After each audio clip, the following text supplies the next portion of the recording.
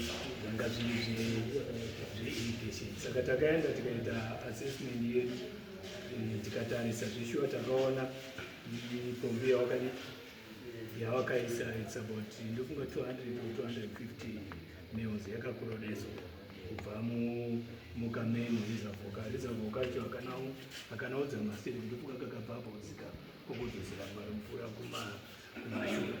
Saka ndopaarunzi wakaklema kuti akatotsemura chiwoo kubva aisa pombi yake yobva yafamba bva aenda koisa pambu iri kuzasi. Saka claim yavo hombe yange iri kuti pambu iyi pane nguva inoti mvura kana isipo yashoma akaipamba ndofunga wakambozviita 1 or 2 times akaipamba ka1 inogona bva yatora mvura yese vanhu vanobva vatanga kushaya mvura wese vanenge varipo. Nzvimbo iyi ine mapombi ndinofungidzira kuti anosvika kumaaround 200 mapombi aripo. Pane small tank ari pasaidi kane vanhu vanotora at individual basis ingori nemapombi. Poita imwe outlet futi yakati kurei iri kuenda kuzodhivaita nevanhu vari kuirrigation. Saka nyaya yanga ingoripo yanga iri kuti mukuru avo wakashifta kubva kune zvaizviri zvecommunity based on background yanga yakataura yekuti ndakabva ndakasotangapo. Saka ini ndakabvisa but recommendation yedu chipambu ichi chikasenza zveshuwa handifungi kuti mvura inozowanika zvakakwana bakune vamwe wese because vanhu vari kubenefita panzvimbo iyi wakawanda. Saka inonzi scalp yake yekuti ikabuda painotenderera muchini wake imwe ichienda inobuda yacho haisi kugona kudzoka kunofidha mutank because kune pakuzasi haisi kuenda kunofidha kuweya.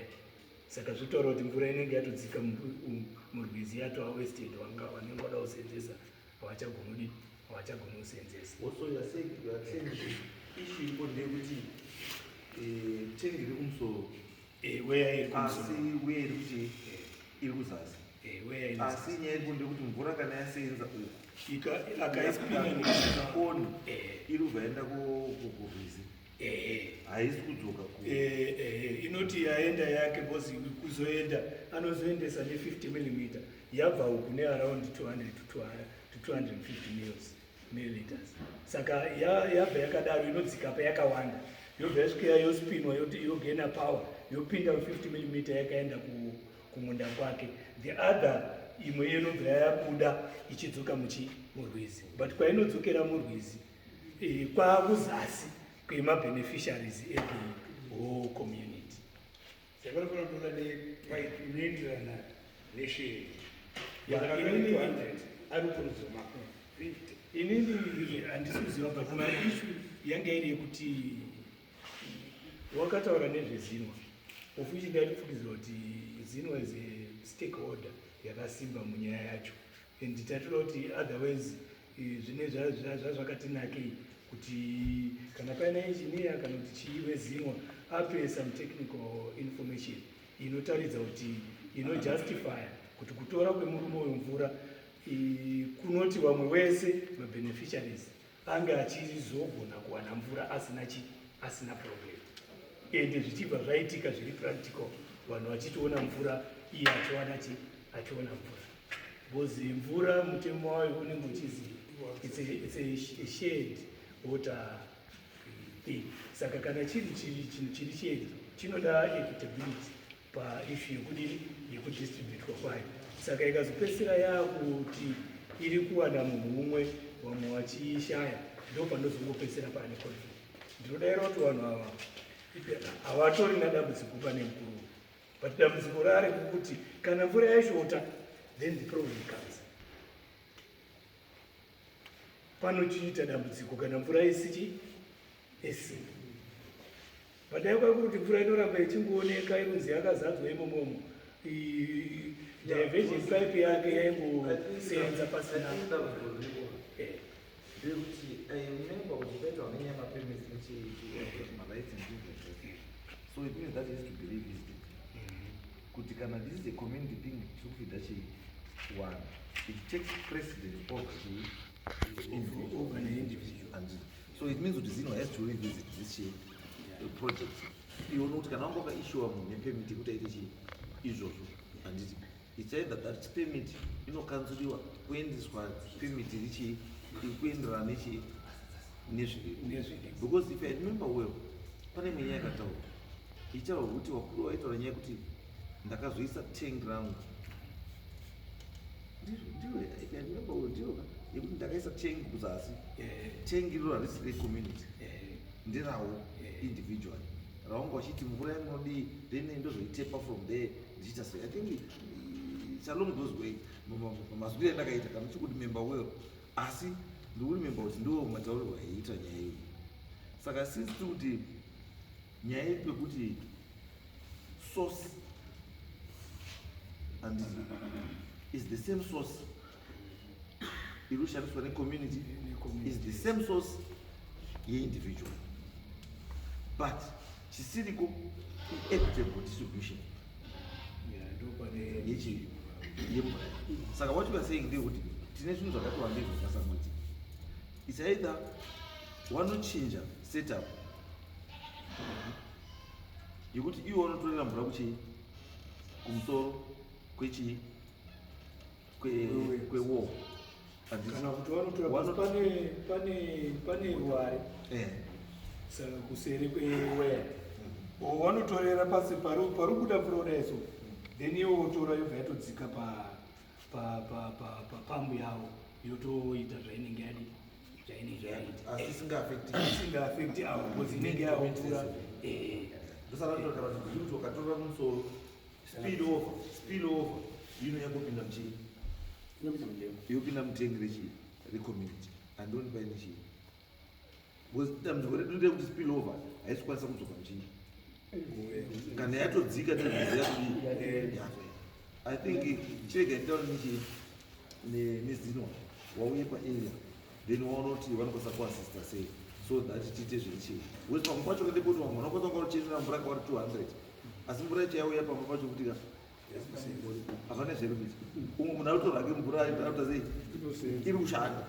let's take all those things into consideration. The hand go down for a way some trade.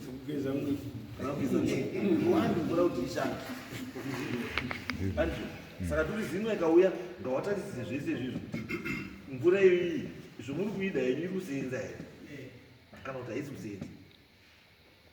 It's not just about we do that. No. To that in say Ishan. Sakaneru Shanta one person we shut the one. What do I gaze at? Be your name, Bishop.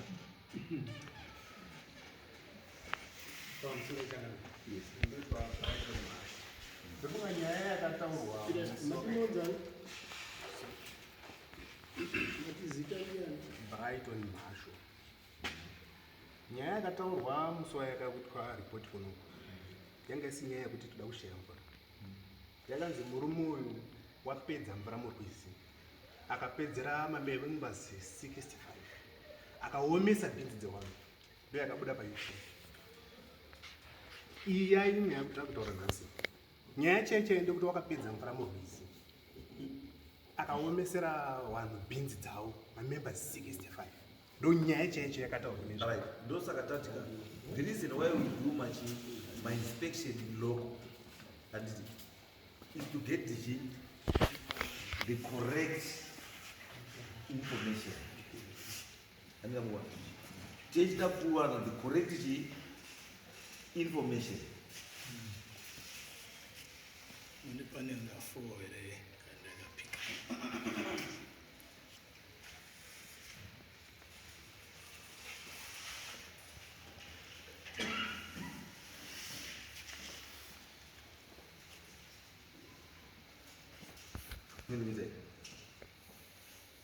yakubuda muchiro chakafenzwa icho ndio 50 saka pane imwe 50 futi inodzosera murwizi but yatova downstream.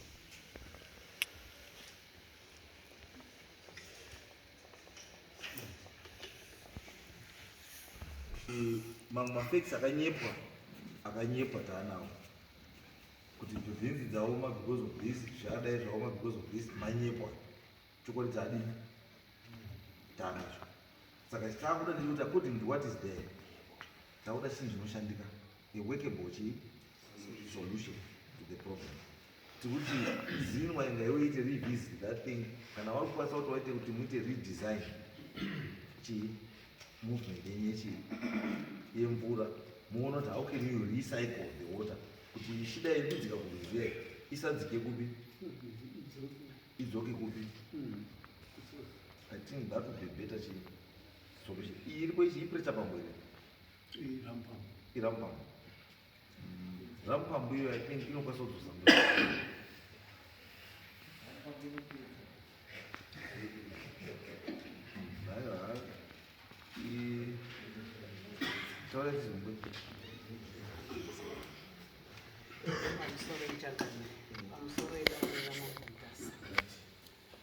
inini chandoda kutaura panyaya iyi ndiri Lucia Zenge ari mai mhashu. Chandoda kutaura panyaya ndechekuti pambu iyi haisati yashanda, asi dambudziko remvura muirrigation ragara ririko. Pambu yakaiswa gore rakapera, tiine dambudziko remvura muirrigation. Nanhasi uno kutaura kwandiri kuita muirrigation mune dambudziko remvura, pambu iyi isi kushanda. Chikonzero chii? Komiti iripo yakaekistenda minda zvisiri pamutemo wehurumende, chakaita design agridex, vakaekistenda minda, vanotora mvura muirrigation ichibuda kunze nemumatengi nemumapaipi ichibuda kunze. Kutaura kwandiri kuita ndakamira pano muirrigation mune dambudziko remvura, nhasi uno pambu isati yashanda. kana pambu iruza haisi kushanda, saka wakuda kumhangara iya yavo vanhu vachiri vavavo. pambu inoshanda pambu haisi kushanda changamira. saka nyaya dambudziko riripo pakaiswa uye yakaisirwa 56 people pabeneficiary. Yaiswa pambu iyoyo yakazi inobenefita vanhu vese kuskimu. I think if I'm not mistaken, is very bamboo. I am not worried ndetwa nhamo mhashu. I am not worried about the number of beneficiaries. Because that one is not the case before this court. And the case before this court today, makati mimi bhinzi dzatooma nechizvaoma because munhu yatora mvura yese akaisa pambu hombe ikuzoenda mvura yese.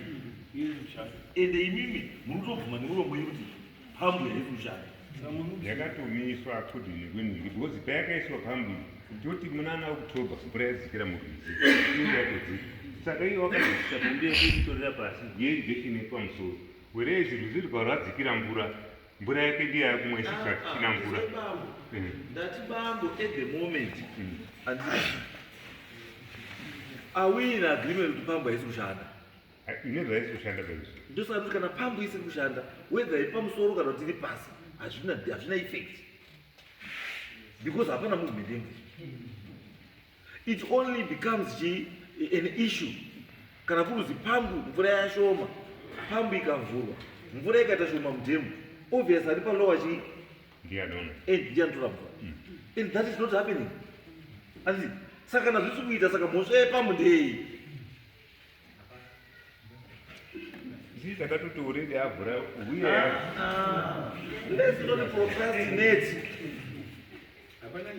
Tikufungira kuti Soro changu ndikatibatsire pamwe pacho vamwe havana ndikuzvitaura. Dambudziko nderekuti pambu munhu akaenda kotema weya hazvisizvo zvamaripota ndopa paine nyaya. Munhu akaenda kuti chiwo icho kwakuenda kuchibhazhura, kwakuenda kuisa pombi 250 mils kwakuvhara pamusoro kuti agone kuwana mvura yake iye pachake, asi vamwe warichi waripo. Chipambu chakaiswa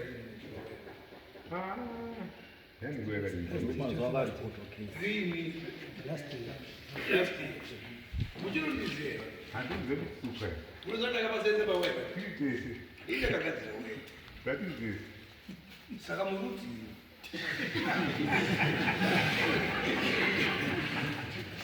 uye makagadzira misisa kufanya akakaisa weza paipapumbiri arware bababe tisinetiniweyakadzirasimegomo umo saka uyo wakazouya pauye yacho aibvaisa jegama aibva adhura uye mazuva here aibvaisa pombi yake without permission nemave nekomini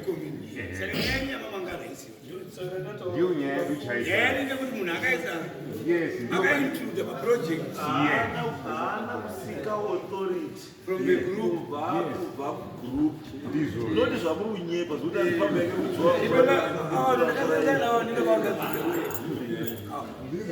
papasina chipaipi papese yakakireka tikanetidhepu tikagadzira apa ono tichiwapa chikagwandiri samaudaurasika munhu aisafanira kunotora papublic paproject ndizvo because ine constitution uchiri naye I think I have that constitution somewhere. He's also a member vanachizaza vanamudana Rebecca magirazi ruziya munhu wese fawe kwanza mazipai pali kuzazikuya kuya ukamatadza kusenzesa ndizvozvo nyepai